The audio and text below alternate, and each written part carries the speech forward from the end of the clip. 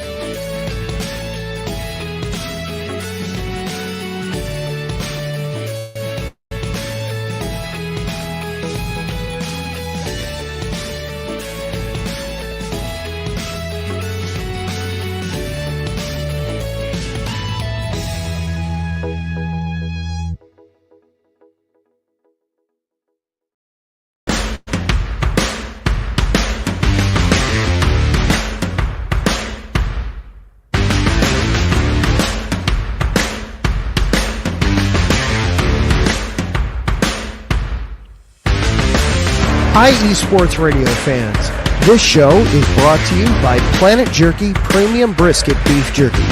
Planet Jerky is the official jerky of the 2022 California League champion Lake Elsinore Storm, single-A affiliate of the San Diego Padres. This all-brisket jerky has gluten-free options, contains no MSG, no sodium nitrate, is low in sugar, high in protein. Go to their website at planetjerky.net and follow them on Instagram at Planet Jerky. Planet Jerky, the jerky that's on a whole other planet.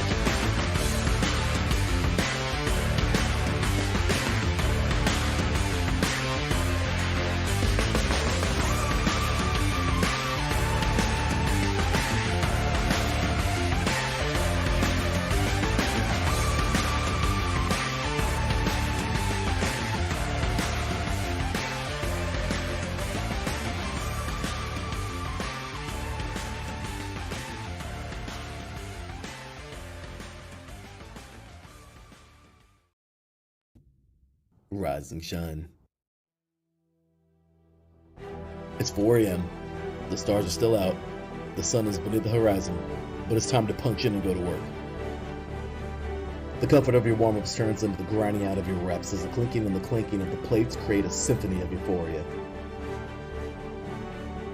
There's no other feeling like it. Earn it, burn it, and take what's yours. IE Sports Radio has proudly partnered with Vital Apparel, a brand that not only fits great, but also promotes and donates to mental health research. Use our code IESR to get 15% off their comfortable and inspiring gym wear and help them on their amazing journey to support mental health. Go hard, take part in your iron therapy, and be strong. Because when your mental health is as strong as you are, there's no telling how far you'll go.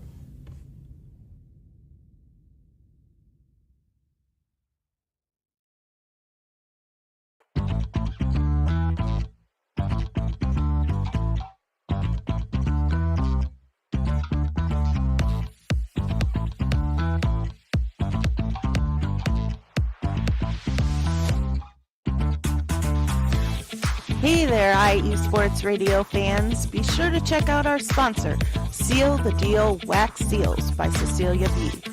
You just finished your very own wedding or baby shower invitations and you're looking for that extra special touch? Maybe you just wrote a letter to a relative or a friend and you want to add to their smile when they receive it. Then seal the deal with Cecilia's handmade sealing wax stamps for your invitations, letters, and gifts. You bring the deal, we'll bring the seal. You can find them on Instagram at sealthedeal_wax stamps and on Facebook, Seal the Deal Wax Seals.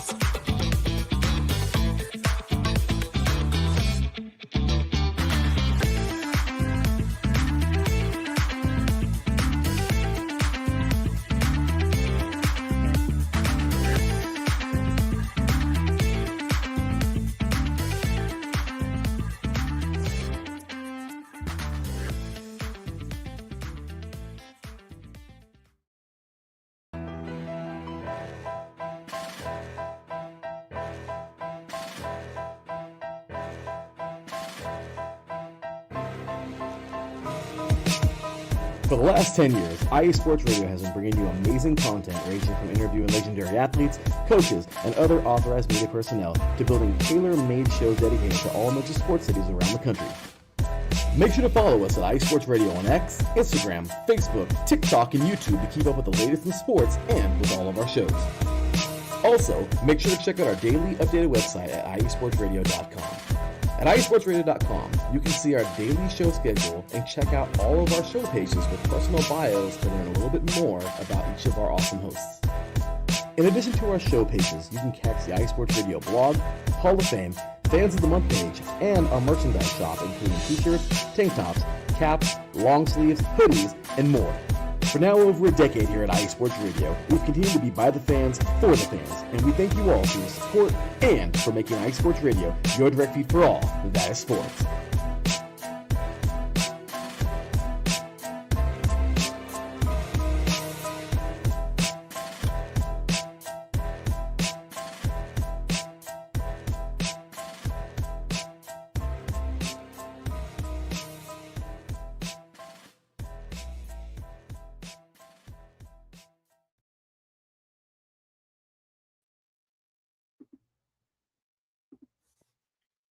And of course, welcome on back into the Bullpen Bulletin. Thank you for our awesome sponsors, Planet Jerky Premium Brisket Beef Jerky. Maybe we're watching some baseball games this year. We'll snack on some of that beef jerky. Of course, we have Vital Apparel, great gym wear, of course, supporting a great cause and mental health awareness. Seal the Deal Wax Seals for those weddings and invitations. Of course, hopefully they're not planned around your baseball schedule because you got to watch some games this year. And, of course, great folks here at IE Sports Radio. Some awesome shows, which you need to subscribe to the YouTube channel, like and subscribe, get some alerts on all the shows going on every week. And we have some fun along the way. Of course, we also have our other sponsor, Raw Nutrition Supplements. Go to getrawnutrition.com, use promo code IESR.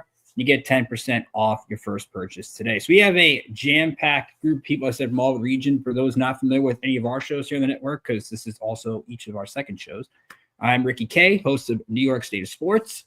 We got Alden K from the AZ Sports Zone. And, of course, Mike Patt from Let's Whine About the DMV. So we all have our teams today, so we're going to have a lot of fun. So you can see how you can follow each of us on X on the bottom of the screen, at Rickinator555 and at NY State Sports IE. For Alden, it's at VAZTRL and at AZ Sports Zone IE. And for Mike, Let's Whine _IESR. We also, if you missed any portion of the show or you just want to hear us talk and debate again, download the show afterwards on Apple Podcasts, Spotify, Spreaker, Urge Podcast. Check that out. We also have our Supporters Club, which we'll have more info on coming up in our next episode. But you subscribe on that link, and we'll put it here on the YouTube page as well when that comes out. You will be eligible. You can pick the team, the player that we do an episode on, because we're going to go around the diamond. Maybe we won't get to your team as much, but we would love to do that. So we really appreciate your support in this new endeavor. You guys want to add anything before we get started?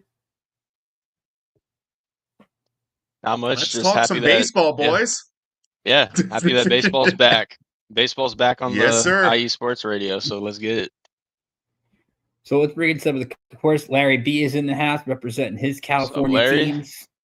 I don't know how much we're going to talk about the Angels. I mean, they did add people, but I don't know if they're like, they're okay. But we're going to get to the Dodgers in a minute. We'll get, of course, Rafael Devers and the Red Sox later because that was some interesting stuff between him and Alex Bregman. We all find out where Alex Cora is lying. Well, of course, Cal Baptist get involved with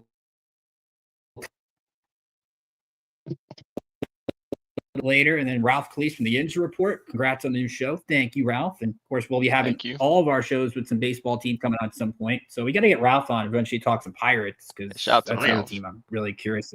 Definitely. Yeah, only Paul. We got only Paul Skeens. Got to get him some players. Come on, Ben. Yeah, come on, man. So let's start before we get into our winners and losers. The Dodgers are their own separate category. Getting Blake Snell, 100%. Getting Michael Conforto, re-signing Teoscar Hernandez, getting Roki Sasaki. They're getting one of us at some point, as I mentioned earlier. So, Alden, since you're out west, I'll ask you first, and then Mike, you can chime in. Is all the Dodgers spending good or bad for baseball? Well, my bias side would say it's bad, but from a MLB perspective, I'd say it's somewhat good. I think that from a market perspective, obviously it's all about making money in business, and the MLB is a lot better when teams like the Dodgers are a good team. Same thing with big market teams. So as a baseball fan, I'd say, it is good for the MLB that an LA team is spending money up in the market. They're winning. But obviously my biased perspective, no, it's not. I think that if you're a baseball player that wants to have a huge legacy, I think that the better route would be to try to build your own team and actually beat Shohei Ohtani, not just join him and be known as his number two or behind his shadow, as we would say. So from that perspective, I could have it in both ways. It's good for, the market. They're going to be a good team, which makes the MLB a lot better. But as far as the players go, me personally, if I were a professional athlete, I'd want to build my own team and create my own legacy, not just be behind Ohtani, Mookie Betts, Freddie Freeman, this and that. So I say it could go both ways, but it really just depends on how you see it, I guess. But that's what I think.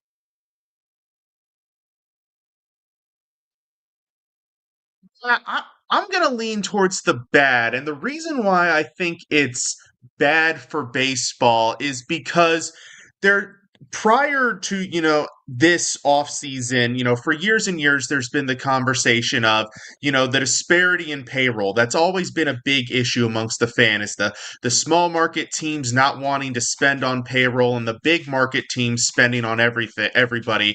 And what the Dodgers are doing, not just with the signing players, but how they're doing a lot of it with this kind of, I guess you could call it a loophole in the salary system with the deferred salaries. Obviously they had the extreme example last year with Ohtani where they deferred 95% of his salary into future years, but they're continuing to do that. And that's taking what was already this incredible spending disparity between some of these teams and making it even bigger because now not only are they spending this year's money, they're spending next year's and the next year's money, 10, 20 years down the line in some of these cases now. So I think it's from a fan perspective, it doesn't look great. Now the league is going to love it because everybody's going to go to Dodgers games and they're going to make a crap ton of money off of those games and they're going to love it because in the end it's a business and they care about the dollars coming in the door. But I think from a fan's perspective, it almost makes the game like you almost don't even like care to watch anymore. Like if the Dodgers are just going to sign everybody and win 120 games, like what's the point? It almost is starting to feel like the NBA in the mid 2010s, where for 4 years in a row it was the Cleveland Cavaliers and the Golden State Warriors in the NBA Finals. It's like once you get to that third, fourth championship, you stop caring, because you're just like it's the same teams. And, if it's one team spending a ton of money to be competitive and build a championship team, then where's the interest for the rest of the fans? Also, you have adding Tanner Scott and Kirby Yates into the bullpen. So that also gives them that super bullpen that they were looking for. And they got through so well with injuries last year. It was pretty incredible what they were able to do. I think it's good for baseball solely because it's going to expose the other owners that don't spend. Because yes, the Dodgers have all these resources. They've built up a great internal farm system. Like you look at guys like Will Smith, they've come through the system and done some good things behind the plate, and they've rewarded him with some money. You look at how they've kind of taken role players and kind of like they rediscovered Tommy Edman this from the summer, gave him an extension. They've been able to read Walker Buehler before he went to Boston, able to develop him. Clayton Kershaw's been there forever. Like they've been able to find ways with Andrew Friedman and his small market resources now in a big market to do what he needs to do.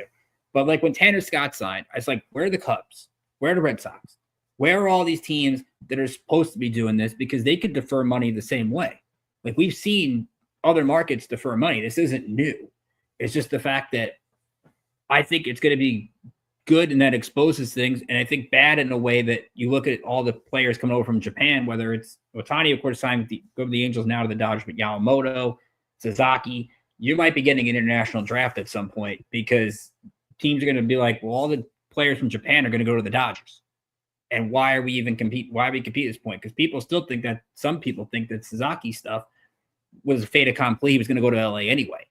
So it didn't really feel like there was a sweepstakes. So to me, while I think it still doesn't affect competitive balance too much because we've seen good Dodger teams lose in the DS before, but I could see why people think, hey, like they're going to win 110, 115 games, but that's why we play the playoffs, right? True. And it would be... Yeah. Sorry, go ahead, Alden. Okay. Yeah, and two things I want to point out. So notice how teams haven't really, ever since the Dodgers deferred Ohtani's contract, we've seen teams defer a lot more money. It's not other than the Dodgers. We've seen a lot more organizations sign players that defer contracts. And also with the ownership, I mean, it's not like there's not a salary cap like in all these other sports. They can throw money out to people. They just choose not to because they're small market. I'm a fan of one of them, so I understand how it is.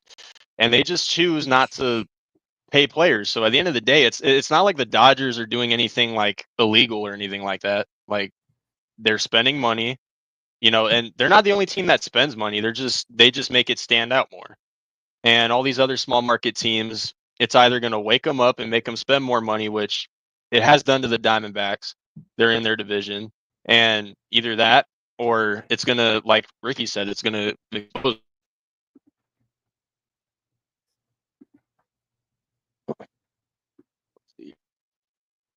Yeah, and I think, to your point, yeah, the problem is it's not just the Dodgers, it's the league as a whole is kind of, and Ricky, you put it better than I did. It's the fact that you get these owners that I mean, most of these, I can't think of an owner that doesn't have money. I mean, you got the team in the first place, right? How did you get the team? You had the money.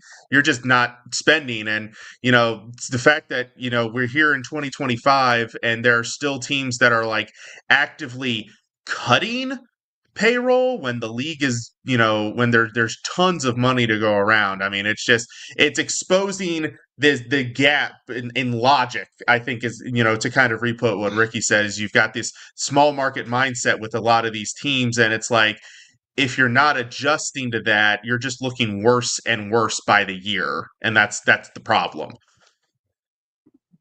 Ralph had it. The Dodgers are out there like the old Steinbrenner Yankees trying to buy championships. I mean, look, if I always said, look, from the Yankees perspective, like 2009, no one's going to look back and say, how much payroll did you spend to win the championship? They're going to look at the fact that you won a championship. Like, I will never penalize a team for having resources and actually using them. Like, you have it, use it. Like, that's never, and in baseball, when you have to go through the postseason, you wonder why Dave Roberts doesn't have an extension right now, because people are worried about Dave Roberts, or does Dave Roberts actually provide that much value to that kind of talent? I mean, look at it in New York. Aaron Boone's won it with the Yankees. Aaron Boone doesn't have a contract extension past this year. So that's a different conversation we get to in future episodes about managers. But I think in baseball, it's just the playoffs are truly a crapshoot. As much as we hate saying it, it kind of is. Somebody name for me the last team that won the World Series solely on talent that they developed in the organization. there's got to be a balance. You got to came balance close. both. We came close. You did go, yeah. The We came Diamondbacks came close. really close. I mean, you could argue maybe the closest one we might have seen might have been the Nats 2019 because Strasburg, Rendon, Trey Turner, all those guys they developed, but they still had Scherzer and at least Scherzer. There are a couple other pieces, but they still had guys that they paid to come to town too at the same time. So I mean, at minimum you have to balance it. You just do. Like you can't just rely solely on talent that you develop. You have to go out and find other sources at some point. And rather teams do this than tank Right. for years and build up things to try to win. So it makes everybody tank. I'd rather everybody try to spend. And Larry brought up the 0-2 Angels. I mean, I guess with Anderson, Gloss, Spezio, Lackey was homegrown then, K-Rod. Yeah, we only had to go back 23 years. It's fine. I was going to bring up the Cubs with Rizzo and Bryant. And That's true. They were probably the last one that really kind of beefed it up from mostly homegrown talent. So we wanted to bring up our winners and losers because outside of the Dodgers, because they had to be their own separate subject. So each of us picked a winner or loser for the offseason. If you hate our picks, again, here's the tweets. Want to come at us for this. But Mike, I'll start with you because you are going to the desert with your winner. Yeah, so I'm going to go with the Diamondbacks. And, once again, kind of to your point, Ricky, I was trying to pick a team, not the Dodgers, right? Because clearly, they went in and they racked up a ton of talent. So I was looking across the league and I was like, you have the two New York teams. I won't get into too many of them because I think we're going to talk about at least one of them here coming up. But I looked at the Diamondbacks and I looked at how close they were a couple years ago to the World Series, and then last year just narrowly missing the playoffs from that very strange after-season doubleheader with the Mets and Braves. It's just an odd situation. But this team has been so close for a couple years, and what do teams that are so close, they're usually missing that one piece. And I think you could easily argue that the Diamondbacks went out and found that one piece with Corbin Burns, who they signed from the Orioles in free agency, adding a real true durable ace who started 33 games, pitched 200 innings, had 20 some odd quality starts last year, putting that at the top of the rotation with Zach Gallen, with the other pitchers they have on that staff, and a team that also added Josh Naylor at first base for some pop in the lineup. And we got to be real. Corbin Carroll is going to recover from that. If you want to call it a sophomore slump where he still hit 22 home runs and was a force in the defensive outfield. If that's a sophomore slump, I'll take that as a sophomore slump any day of the week. So you combine all these elements for a team that was so close. And also we go back to the Dodgers, whether you think it's good for baseball or bad for baseball, they're the villains now of the league. Everybody and their mom is going to be rooting for against them, and they're going to be looking for a team that can try to unseat them. And if you're looking for a team, why not a team that people don't really pay attention to in reality a lot unless they're winning a ton, and within their own division, who's it's kind of the David versus Goliath type situation, and the Diamondbacks could be the David here. So we'll let Alden chime in a second because it's his team. But apparently we've been asking people looking for the wine from Mike. I don't know. We need like a baseball brew. We need a baseball brewery. I think like a baseball brew segment maybe in the future we can get into. we can do like a city by city highlight. I'll try to go city by city and do some. I'll find myself some New York beers, some DC, Baltimore beers. We can make something happen. All right. So Alden, I'll let you chime in that and you can then go right into your winner. Yeah, so I didn't want to pick my own team and be biased, so I'm glad Mike did it. And yeah, the Diamondbacks coming out of obviously their World Series run a couple years ago, they fell short of the wild card in a terrible way. they dealt with injuries a lot last season. So for me, it's all about the team being able to stay healthy, which is something that they struggled with drastically last season. But they did get a new pitching coach as well. They fired away Brent Strom, and they brought in the Phillies assistant pitching coach, excuse me, Brian Kaplan, and he was a big reason why the Phillies rotation was top in ERA to start the year last season. And if you look at the D-backs from last year, number 1 in offense and runs scored, number 1 in defense, less errors, but they were bottom 5 in pitching ERA. And they went number 1 in offense and defense and still missed the playoffs. So it goes to show how important pitching is. So they did that. Obviously, the Corbin Burns signing was something I didn't expect, but it was very needed. And that's another thing I like about the D-backs offseason is that they didn't just throw money out to players. They actually got players that they needed. So they did that. And then with the addition of Josh Naylor, obviously with Christian Walker leaving, it sucked. But we weren't going to give him $30 million a year like Houston did. So, and Mike Hazen responded right away and got Josh Naylor. So it all depends on how those contracts pay out, though. Remember, we have to pay Josh Naylor now. He's on a contract year. But as far as this year goes, I like everything Mike said, and I do think that the Diamondbacks can really compete with the Dodgers this season. So as we move over to your winner, you go back into the Northeast, and another one of our teams here on the show. Promise we didn't coordinate on these going in, by the way. Yeah. Wait, hold up. Maybe we did. So yeah, I picked the Yankees. Yeah, so I picked the Yankees, and yeah, it's kind of weird wearing a World Series jersey, and Yankees are winners. So yeah, I picked the Yankees. I contemplated picking the Athletics, but at the end of the day, I wanted to make a point that the Yankees are winners in my book and I think they were better off not giving Juan Soto a huge contract because while look at their World Series run, their pitching needed to be improved, and they did improve it drastically. They got Max Fried. They traded for Devin Williams in the bullpen, so they have their closer, and they have a guy who is, if he stays healthy, which is something that Max Fried struggled with in Atlanta. It's very important. The 8-year deal is obviously, it's a long-term deal. So with the, I believe over $200 million they paid him, or they're going to be paying him, it's important he's able to stay healthy for the Yankees. Now, they also got Paul Goldschmidt, former D-back, still love him to death. It's a good veteran move for them at first base, obviously with Rizzo having a rough year last season in New York and him stepping out. It was a good veteran signing for the Yankees. And, of course, Cody Bellinger as well. Very good move for the Yankees. So they got bats for pitching, which giving Juan Soto a huge contract, if they did that, they would not have been able to get probably half of those players at least. So I think the Yankees still made a big statement, and it seemed like they had a plan B the whole time, and it seemed like they weren't, in case they weren't, it seemed like they were ready to not get Juan Soto back.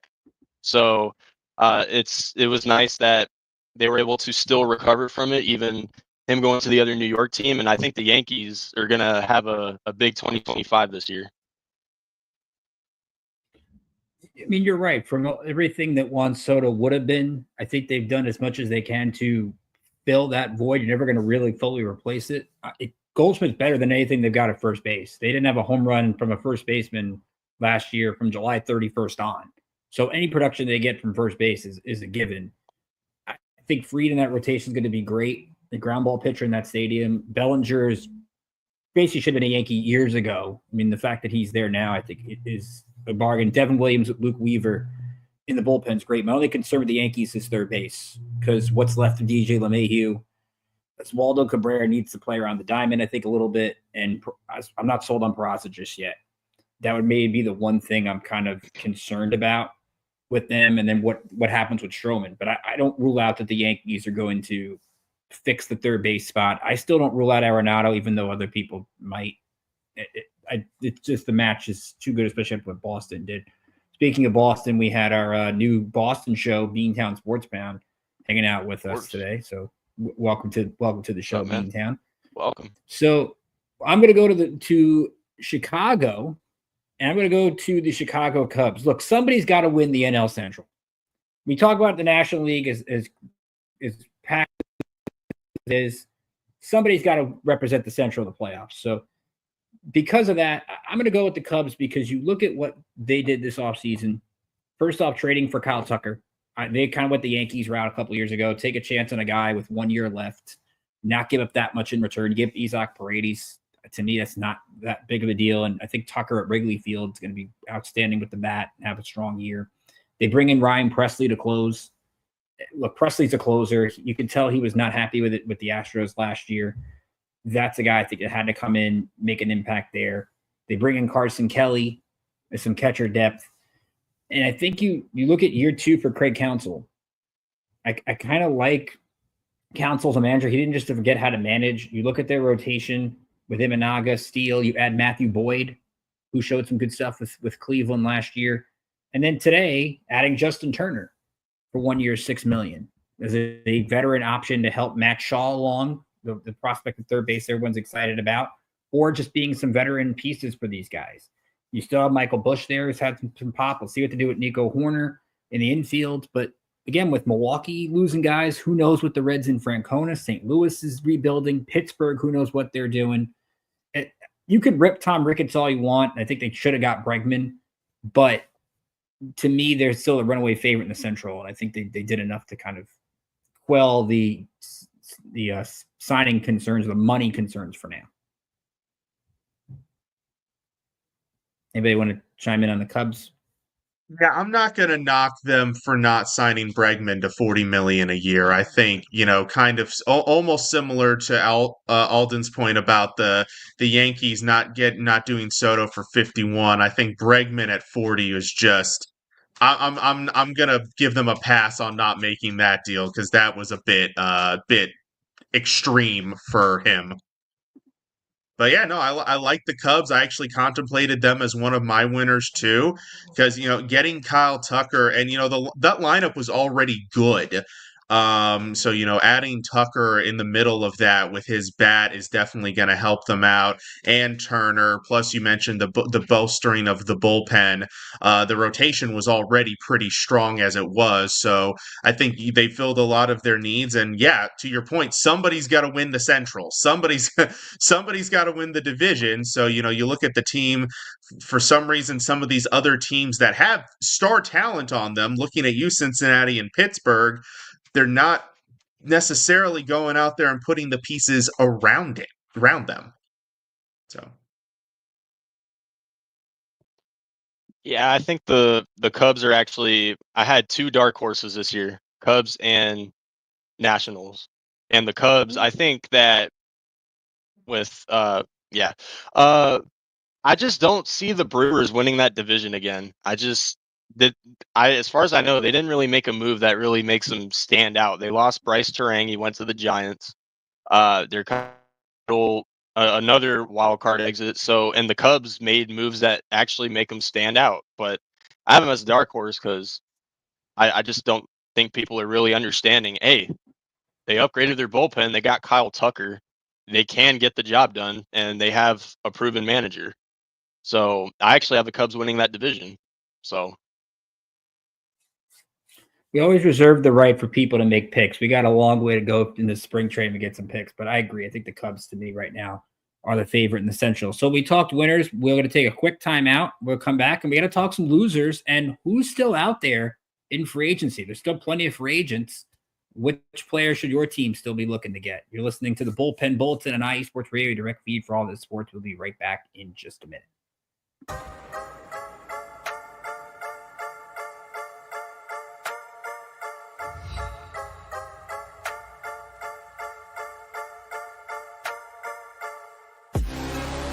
What's up, Wisconsin sports fans? I'm Dan, diehard Baholic, host of the Wisconsin Whistle. Check us out every Wednesday at 6 p.m. Central, 7 Eastern, 4 Pacific. We're talking Green Bay Packers, Milwaukee Brewers, Milwaukee Bucks, Marquette basketball, Wisconsin football and basketball, and all Wisconsin sports.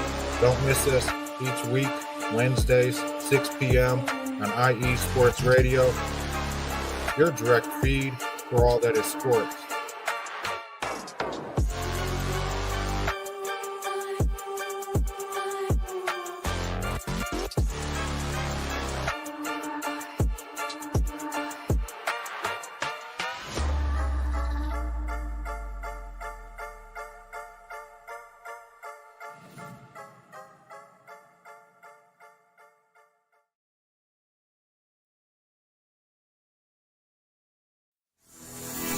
Sports fans, do you like teams that are tough, cities that are tougher, and fan bases that are passionate about their teams? How about teams that are historic and stadiums that are iconic? Then you belong in Chicago, and you need to check out Chi-Town Weekly. Join me, Adam Kernick, every week as we keep up with all things Chicago sports. Bears, Bulls, Blackhawks, Cubs, White Sox. We'll cover them all, plus more. The Windy City is always buzzing, and we'll keep you up on all the big games and major stories. So tune in to Chi-Town Weekly every week right here on IE Sports Radio, your direct feed for all that is sports.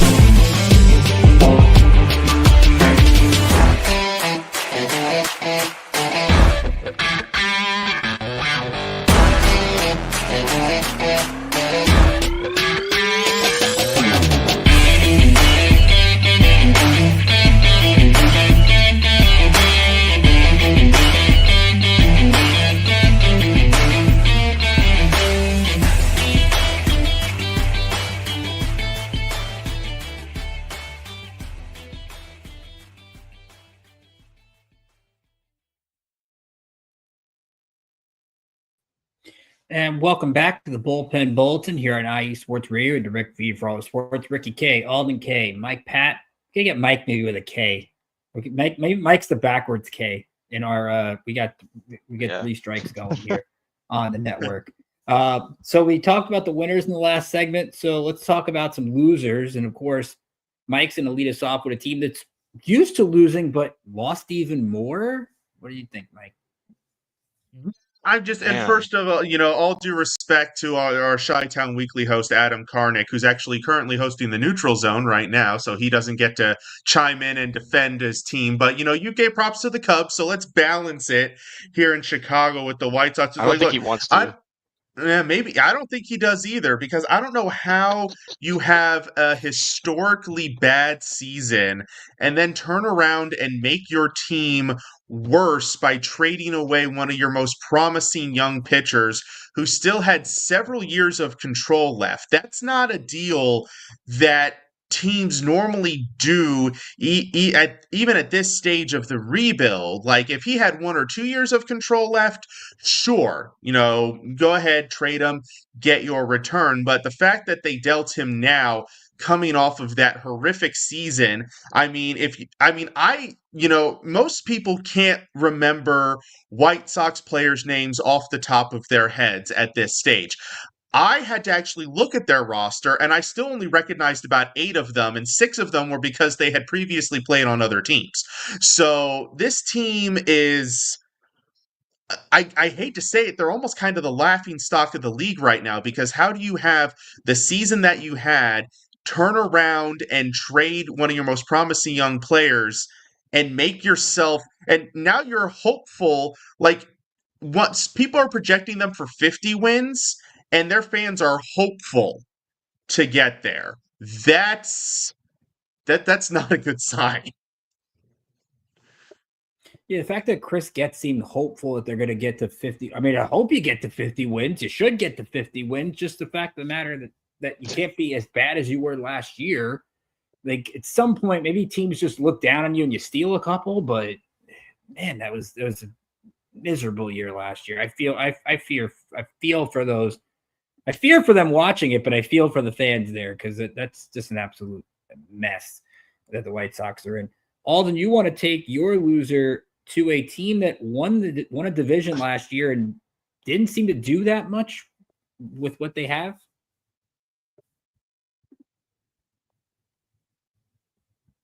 Yeah, hold on. Okay.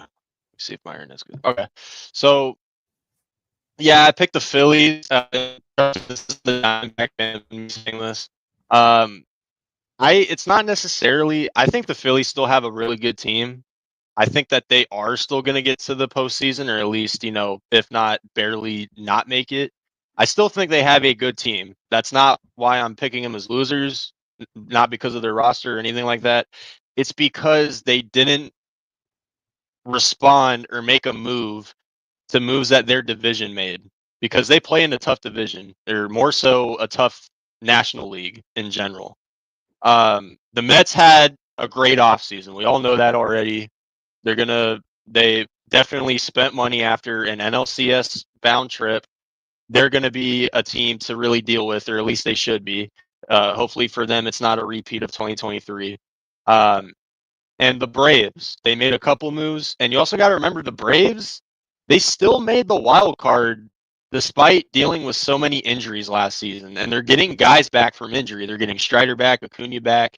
I mean, it's like when you look at the Braves last year, you can almost look at their team and you can look at their injured list and say like, who on that team was not injured for at least a week or so. So the Braves, I think that it's scary, the fact that the Braves made the playoffs as probably the most injured team in baseball. They still made the wild card. And yeah, it was only one game, but they still made the wild card. So I think them getting those guys back, they're going to be a very, very tough team, and we've seen them do it before. Even the Nationals had, I don't want to say too successful offseason, but they made some moves. They got their first baseman after missing out on so many guys. They got Nathaniel Lowe. They signed Josh Bell as a backup. So the Nationals, I'm not saying that they're going to make the playoffs or anything like that, even though they're a dark horse, but I think that they could compete with contenders in the regular season, teams like the Phillies. And like I said earlier, the Phillies lost their one of their most important pitching coaches, and he's now our pitching coach. And he was responsible for guys like Ranger Suarez, Christopher Sanchez, Zach Wheeler, maybe even Aaron Nola at one point. He was a big reason on why those guys had Cy Young worthy ERAs to start 2024, and why they were one of the best teams in baseball last year at one point. So again, I'm not saying they're losers because of their team or anything like that. They still have a very, very good team, a good roster, but it's just because the National League got way tougher and the Phillies didn't really do anything that stands out to make them say, "Oh, okay, the Phillies are actually gonna, do this or that." And I think this year, because it's a Philadelphia market, I could see Rob Thompson being on the hot seat this season. Interesting. See, I think you look at adding Luzardo helps if he stays healthy. They've got 5 legit starters. I think the concern with them is still the bullpen. They did add Jordan Romano, but I don't really know if Romano can really be that reliable piece. It seems like they're going to go hunting at the deadline, but Dave Dombrowski loves doing that as a front office executive. Another guy likes to be a front office executive and make moves that didn't really do anything. Jerry DiPoto out in Seattle. Like this, like you look at the AL West, the Astros get weaker. The A's are out in Sacramento. The Rangers are coming off missing the playoffs. The Angels, who knows what the Angels are because Mike Trout's playing right field now. This is your time to do something. You missed the playoffs last year because you couldn't hit, and you didn't add any offense. The biggest piece they had this offseason offensively was Donovan Solano. And I know the Mariners don't have a lot of money, but you're telling me you can't get Pete Alonso or you can't go after any of these big-time Carlos Santana, like somebody that could really boost this offense a little bit. And then you got this pitching depth. You've got Gilbert, Castillo, Kirby, Miller, Wu. And you can't trade any of these pitchers to get a bat? I mean, yes, I know we look at this world of baseball and you never have enough pitching, but you're telling me nobody could have gave you anything for Luis Castillo? These teams striving for pitching. We talk about Cease being available and King being maybe available and what the Red Sox gave up for Crochet. I know he's got more control than Castillo, but I mean, Jerry DiPoto, who's used to making moves, doing nothing. And I know he's the GM that said, well, we're trying to get to be a little over 500 and then we'll see where it goes. But you talk about a team that should be spending, it should be Seattle. So I was completely shocked that they didn't do anything. Yeah, one of the most popular projected trades in Baltimore was everybody was convinced at one point that the Orioles were going to trade for Castillo and send Ryan Mountcastle to Seattle, which would have at the time. Now this was before the Orioles signed Tomoyuki Sugano and Charlie Morton for the back end of the rotation. But at the time, it would have solved Baltimore's need and solved Seattle's need. It was a trade that made so much sense, and a lot of Orioles fans are still surprised that that did not happen. So And let's the slide D-backs, over. they love making moves with the Mariners. They love making trades with the Mariners. I mean, Paul Sewald, Eugenio Suarez. So it just seems like whenever they want to sell the pieces, give Mike Hazen a call. So Larry brings up the Angels. I mean, at least the Angels, to me, got Kikuchi, who's going to help that rotation. They get Kenley Jansen, whether he's a mentor to Ben Joyce or gets traded in July. I mean, they get a decent bullpen piece. At least Artie Moreno did something. Now they've got the worst contract in Anthony Rendon, but you can't really avoid that at this point. But at least I give the Angels credit for trying. Like we talked about earlier in the show, teams that don't spend money, I want them to actually try. At least the Angels are trying, and I think that you get that try hard award sometimes in this sport. Right, and I think they are handicapped a bit by that Rendon contract because that's a bit of an albatross in the room. But I mean, realistically, whether the Angels make a ton of moves or not, they're going to go as far. Probably they're going to win as many games as proportionally Mike Trout is healthy if he can finally get healthy. If they can get 80% of what Mike Trout once was, I mean, they're going to win more games this year regardless. So there are still players still left on the free agent market, which is not surprising. Maybe the amount of players is surprising. So there are players out there that could still help your favorite team. Alden, what free agent out there do you think a team should be going after? Yeah, I picked JD Martinez, even though he is getting up there in age. He can be serviceable. I mean, he is playing DH. It's not like he's on the field constantly, with fatigue or anything like that. But I picked him because despite his age, with the Mets last season, I mean, yeah, the batting average was a little bit low, but as a DH, 16 home runs, 69 RBIs. He really did help shape the Mets turnaround after a slow start last season. So, he doesn't have to necessarily be the best batter or anything like that. As a 37-year-old DH, he can still be serviceable, still put you in double-digit home runs. Obviously there are teams out there that still need designated hitters like that. So, and there are contenders that could really use him right now. My team. But yeah, I think JD Martinez, I still think he's pretty serviceable even this late stage in his career. He had near 20 homers last year with the Mets. So that's who I think is someone that teams could go after to get a little bit of extra pop at the plate, but see. I'll stick with New York for mine. And to me, it's if you want a wrapper on your team that can also play infield, why is nobody going after Jose Iglesias? Jose Iglesias is a player that last year had a career year when he came up for the Mets in June. Really sparked the team, can play over the diamond, can hit any part of the order, and he's a winner. I mean, he won with the Red Sox. He's won with the Mets. He's bounced around. Plenty of teams need infielders. And even it's weird, Iglesias is getting reportedly all these offers from Major League Baseball teams, and he wants to be a Met, and the Mets don't want him. And there's no room for the Mets really to use him right now because they have Mauricio and Acuna and Beatty and Jet Williams, and they don't have a spot for him.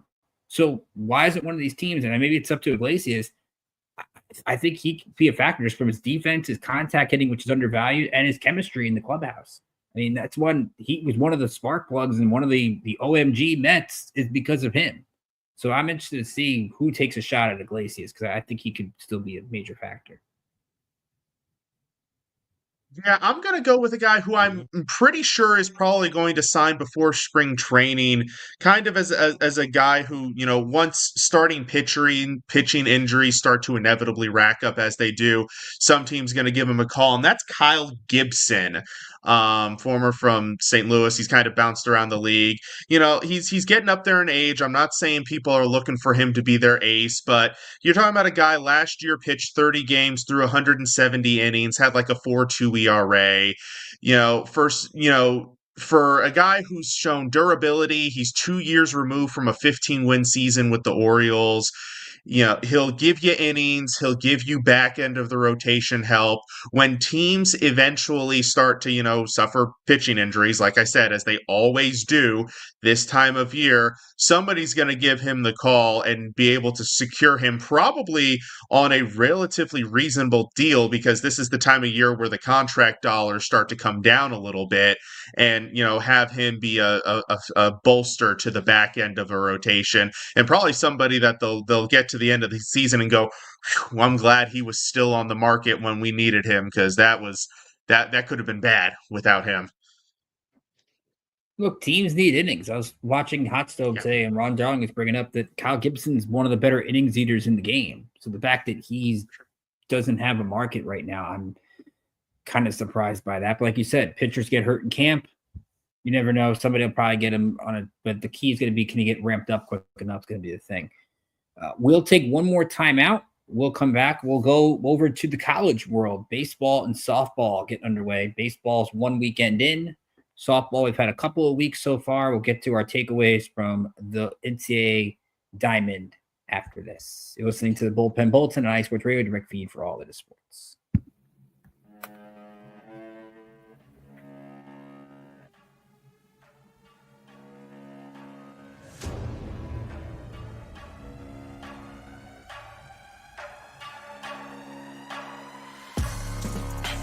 What's up, everybody? It's your boy, Big Mike from Indie Sports Nation. Come hang out with me each and every Friday, 5 p.m. to 6 p.m. Eastern Time, where we talk things Indiana sports. We talk Colts, Pacers, Fever, Indy Ignite, and we dive into the college scene as well. Boilermakers, Hoosiers, Irish, Bulldogs, and every school in between. And we don't stop there. We'll sprinkle in some NHRA and cover the IndyCar series. From the turf to the hardwood to the track, we got you covered. Come hang out with your boy, Big Mike, each and every Friday, 5 p.m. to 6 p.m. Eastern Time. Indie Sports Nation, right here on IE Sports Radio, your direct feed for all that is sports.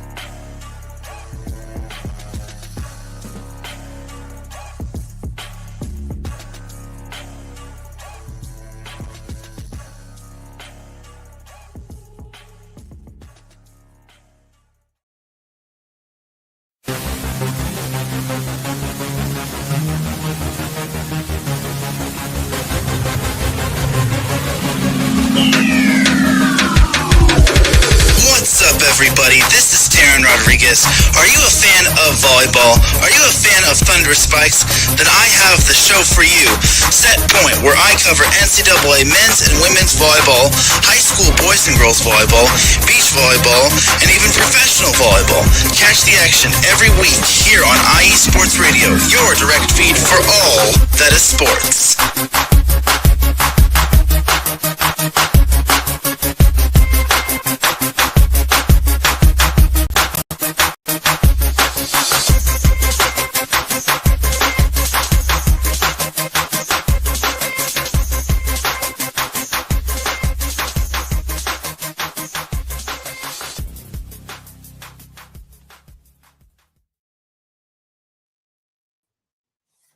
And welcome back to the Bullpen Bulletin, our pilot episode here on iSports Radio, direct feed for all that is sports. We move over from the professional ranks to the college ranks. College baseball, of course, it's opening weekend this past week. A lot of major tournaments going on. So we'll get to our takeaways from both baseball and softball here. And Alden, I'll start with you with the Florida State Seminoles, team that is known for a grit history, off to a strong start. Yeah, so I picked Florida State. They obviously have started off strong, a good 4-0 start to the season. And I picked them because I've been a fan of Jamie Arnold's for a bit now. And I think, if I remember correctly, he's currently the third ranked NCAA prospect. So I think he is a pitcher that can really control the strike zone, and he has a really good fastball too. So with him leading it, and he started off the season, I believe, correct me if I'm wrong, with their first game, it was 6 innings and he only gave up 1 hit. So a good start to the season so far, and I think that he's going to lead Florida State to a good season. And and they've all their games so far, they've scored double digit in 3 of them except for their last game. So obviously the bat is looking good to start the season. Really going to depend on how they continue it. And they're taking on Penn next, or if this is correct. So yeah, State, I think they're going to be a fun team to watch this season. Definitely a team I'm going to have my eye on. And for baseball, the Seminoles should have a pretty good season. To move from the ACC to, well, you formerly of the Pac-12. Mike, you're going to go to the college that your starting catcher is at in the Oregon State Beavers. Yep. And the jersey that I'm currently wearing, by the way, as well. I got to go with Oregon State. I piqued curiosity researching Oregon State, looking at their star player who is Avi, I think I'm pronouncing that right, Arquette, who's a really good hitter. But then I started going down this roster, and man, this roster is loaded with talented hitters, and that's showed through the first 4 games where they've scored 48 runs and had 51 hits through 4 games. This offense is potent, and yeah, I think this is a team that has been consistently really good and won a couple national championships within the last decade, and they're just stacked with offense that I expect to lead them once again to a deep postseason run, as I believe they made the College World Series last year. I would think that they're pretty good favorites to return.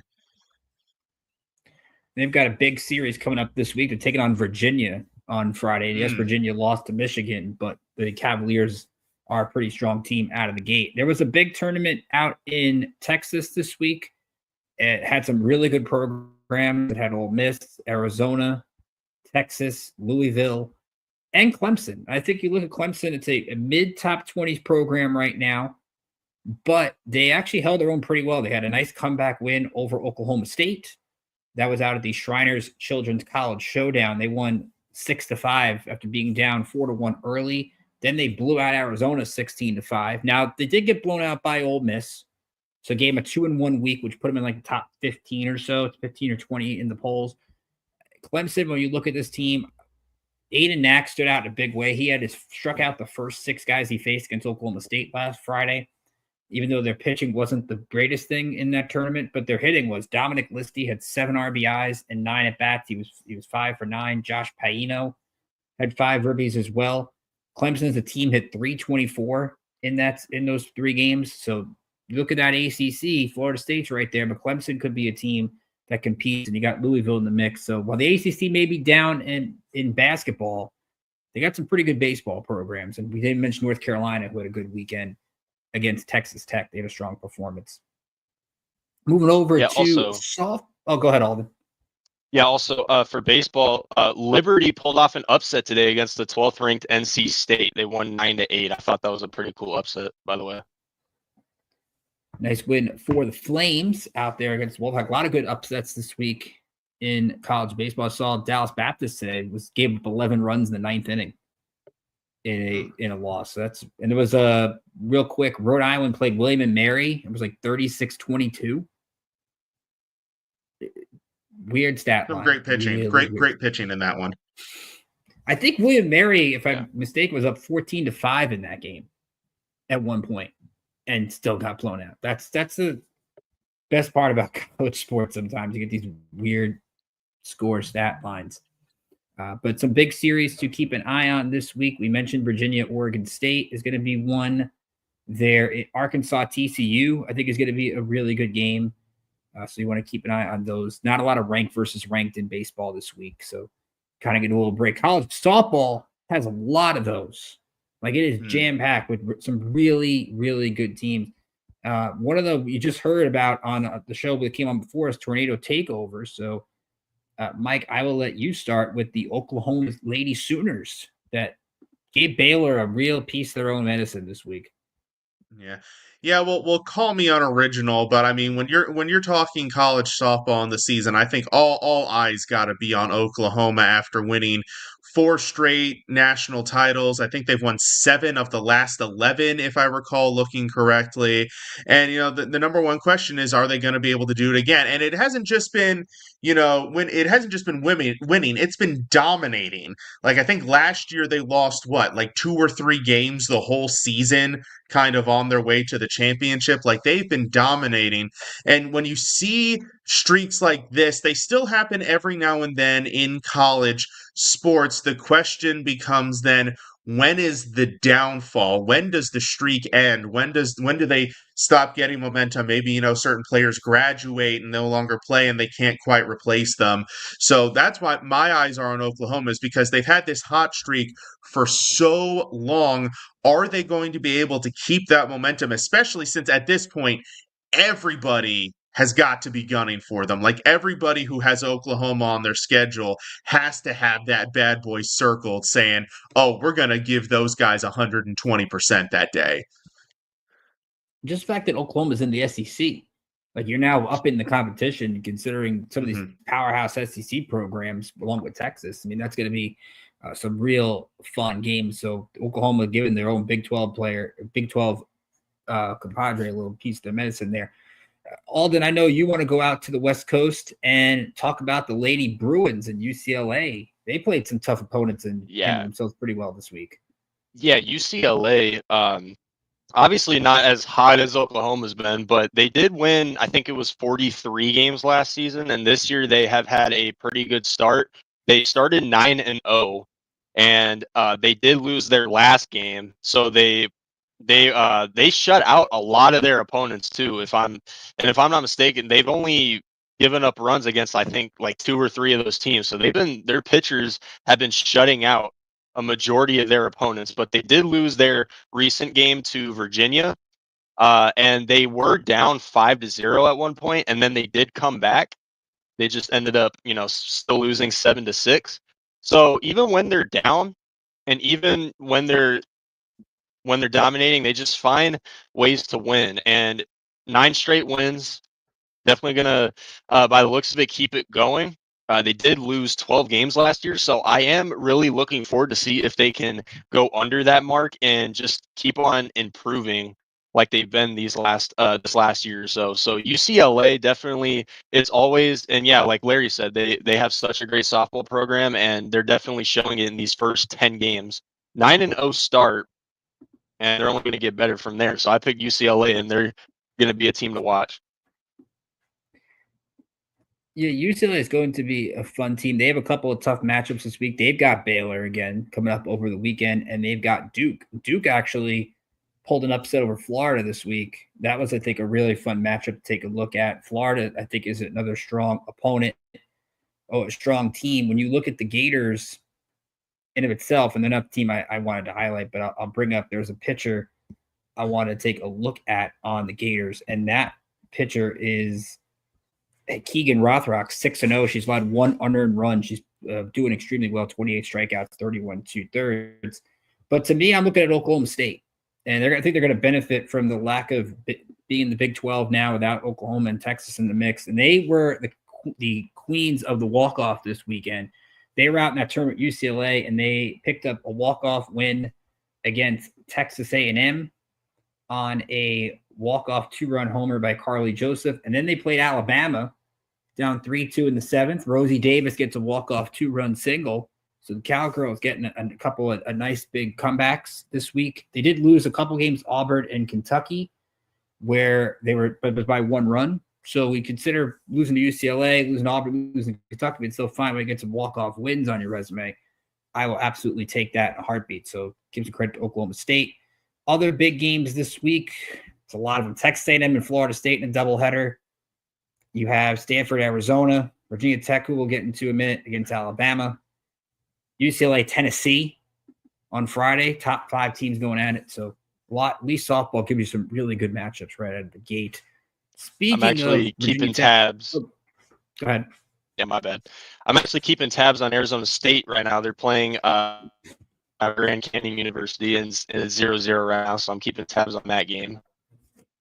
So see how that ends. But ASU for life. So. Speaking of the Lady Hokies, I know I'll let you talk about it, Mike. You sure good to talk about it. Let's whine about DMV. Emma Lemley from Virginia Tech pulling a Johnny Vandermeer in college softball this week. Yeah, throwing back-to-back perfect games. Also, I believe what was it? Struck out 38 batters between the two games. Just absolutely absurd numbers. Or I think it was or maybe 33. It was at least 30 between the two games, which is impressive because softball games are shorter.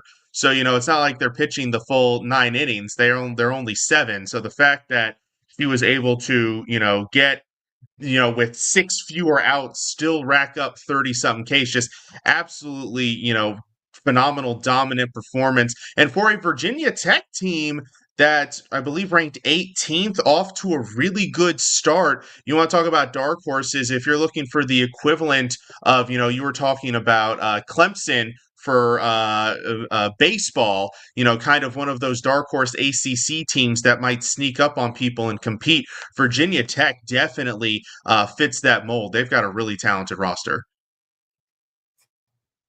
Virginia Tech takes a step up in class. Well, not a step up in class. So they actually, Lemley was pretty good, but she went against LSU. She gave 10 hits, but still 0.88 ERA to begin the year. Off to a really good start. They play Alabama this week. So the Hokies are going to get a little bit of a test from the Crimson Tide. But that I don't think we'll ever see that in baseball. A pitcher throw back-to-back perfect games. We usually see like guy throw a perfect game to give a hit in like the second inning of the next game. So the fact that any pitcher at any level can throw back-to-back perfect games. If you talk about on like feats that won't get broken, I think Vandermeer's is one you're not going to see for a while, especially pitchers don't go deep anymore. No, and even in perfect game situations, sometimes pitchers still get pulled because they get worried about that pitch count.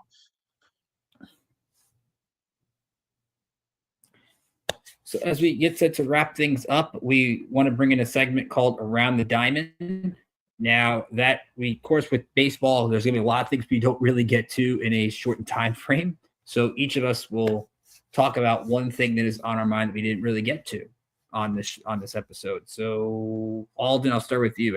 Around the Diamond, what do you got? All right. All right. My internet cut out. Diamondbacks, right? Okay. Well, either one, whatever you want to get into. Yeah. So for my team, what I expect. Okay. Yeah. So spring training obviously is definitely something that, as far as my team or I guess my rivals or any team I can really watch, a lot of these games are in Arizona, so I have a big opportunity to really pay attention to a lot of these teams. So that are in the NL or the West. So, but yeah, for spring training, I do want to definitely take a look at our pitchers and how they adjust in spring training. Our team, obviously, as expected, is healthy. A lot of teams, they should be healthy at this point.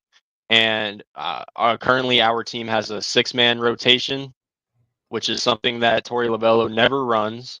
So obviously, one guy's either going to get sent to the bullpen or they're going to end up trading one of those pitchers. I think that the axe is in between Jordan Montgomery and Ryan Nelson. It's pretty much a lock for all the other pitchers we have.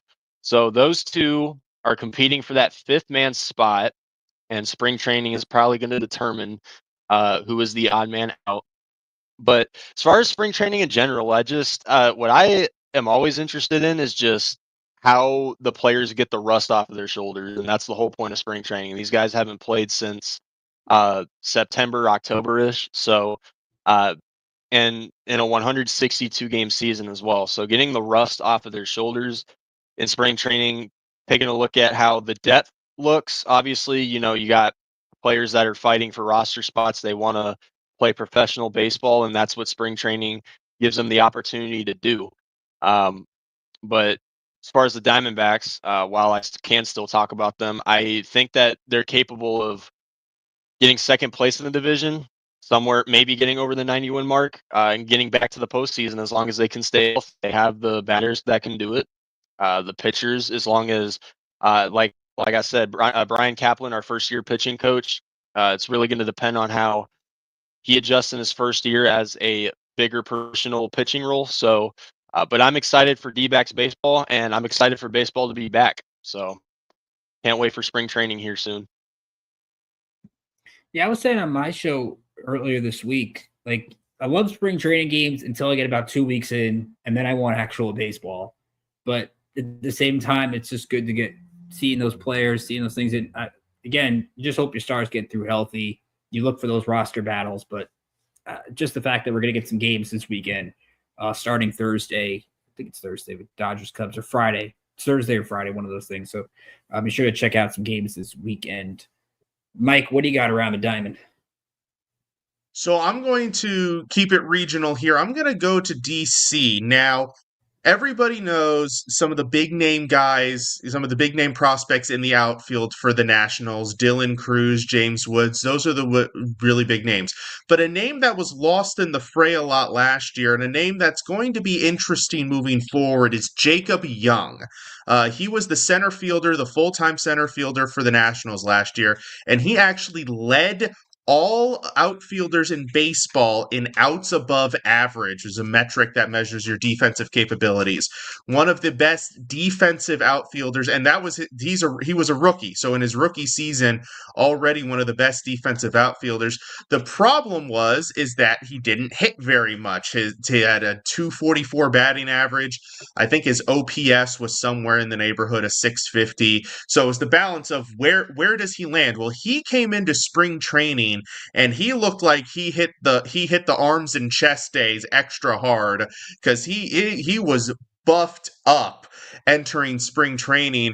And so the key then now to him, and again, this is a position group that not only has, Dylan Cruz and James Wood. There are other top prospects, former high picks, former top 5 pick Elijah Green in this organization, Robert Hassel, who the team traded for in the Juan Soto deal. And also, with that number 1 overall pick, guy like Jace Laviolette from Texas A&M, who's also an outfielder, is looking really tempting, especially after he hit 3 home runs in opening weekend. So it's going to be an interesting season for Jacob Young, and if that added muscle mass somehow translates into a little bit more power and a little bit more hitting, he's going to make the team have some interesting decisions in how they sort that outfield moving forward.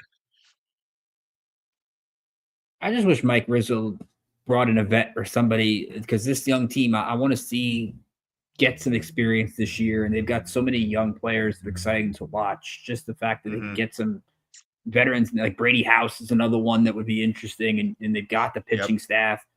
They got rid of Kyle Finnegan for some strange reason, even though they need bullpen pieces. But that's something to watch. I like your Jacob Young pick there. Real quick, I'm going to go one regional, one not. Keep it. If you got the Yankees, I'll talk Mets. Obviously, Soto's a big thing for them. They've got some big pitching issues, though. Frankie Montas, which is no surprise to anybody. High-grade lat strain out 6 to 8 weeks. Probably won't see him until June. And for a team that wants a 6-man rotation, I mean, you're looking at Griffin Canning, Paul Blackburn. What is Clay Holmes going to give you? So they got some pitching issues right out of the gate. Well, they trade for Dylan Cease. They have the pieces to do it. Michael King, they have the pieces to do it. We'll see what Steve Cohen wants, because Steve Cohen's busy today complaining the Mets were 18th in attendance this past year. And he's talking about Vlad Jr., which we'll talk about in a future show. But Vlad Jr., of course, going to be a free agent next year. The non-regional one's the Red Sox, because I want to get into Alex Bregman. Rafael Devers today basically, through his translator, didn't even need the translator when he was asked, are you going to willing to play DH? He goes, no. Look, the Red Sox to me were a good fit for Bregman. He's good buddies with Alex Cora. He's going to get a bunch of doubles. I don't care if he gets $40 million a year. He's going to pivot from that. And look, Bregman might only be here for 1 year. Rafael Devers is here for 9. Like, Devers has got to get the big picture and realize that even if he is the first baseman for a year, he can always go back to third. I think Devers is going to play third anyway. What is the big deal? Bregman takes rounds at third now if he's going to maybe play second base anyway. But Cora is the right guy for this, because then you got Tristan Casas coming out today saying, well, the vets got to play, so the young guys can't play. Like, what has Tristan Casas done? I don't need to hear from him.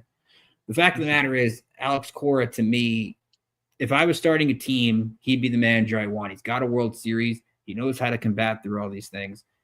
But this drama is going to be interesting, and it's really Devers. I love what Cora said when they talked about the Red Sox promised Devers third base. He goes, well, the guy who did is in St. Louis, so I don't think we promised him anything. So you never see a manager go that honest anymore with this. I love the Cora just kind of was like, yeah, he's got to figure it out, but we're doing what's best for the Red Sox. And I wish that his players kind of took that spin, especially when they're trying to make the postseason, because after that World Series, they haven't done anything. It's a really bad way to start a relationship when the very first thing is the guy whose position you're taking is going to fight you for it. Maybe literally, potentially, from the sounds of it. Yeah, but listen, I don't think he understands. One of the greatest Red Sox of all time, if not the greatest, was a DH. I mean, come on. There's guys that can have a Hall of Fame worthy career as a DH, and you're there for the long term. And Bregman's only there for, I think, it was 2 years at most, maybe 1, because there's opt-outs in both years. So it's like, I think it was an overreaction from Devers, and it was crazy. But that means we're going to have to watch Fort Myers, so that's going to be fun. And then real quick, shout out to the A's for actually giving Mark Kotsay a contract extension, getting him through 2028. The A's actually showing stability. And even if Kotsay is the guy to get him through till they get to Vegas, at least Oakland's trying something. Well, not Oakland. Well, Sacramento is trying something.